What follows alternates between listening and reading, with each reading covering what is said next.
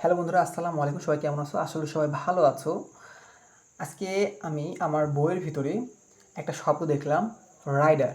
দেখো, রাইডার শব্দ শোনার সাথে সাথে তোমার মাথায় কী চিন্তা আসছে? হয়তো মোটরসাইকেল, যারা অনেক বেশি রাইড করে, তাই না? ঠিক। তো এটা শোনার পর আমার মাথায় ঠিক একই চিন্তা আসছে, কিন্তু বইয়ের পড়াটা ঠিক অন্য রকম। ওইটা না, ওইটা আছে রাইডার দ্রাবক।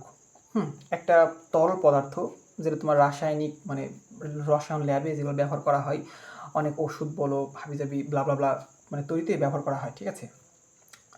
তো এমন অনেক বিষয় থাকে, হ্যাঁ, বইয়ের ভিতরে। আমি যতবার বিষয়টা পড়ছি ততবার আমি ওইটা কিন্তু রিয়েলাইজ করছি যে এটা রসায়ন ল্যাবে ব্যবহার করা হয়।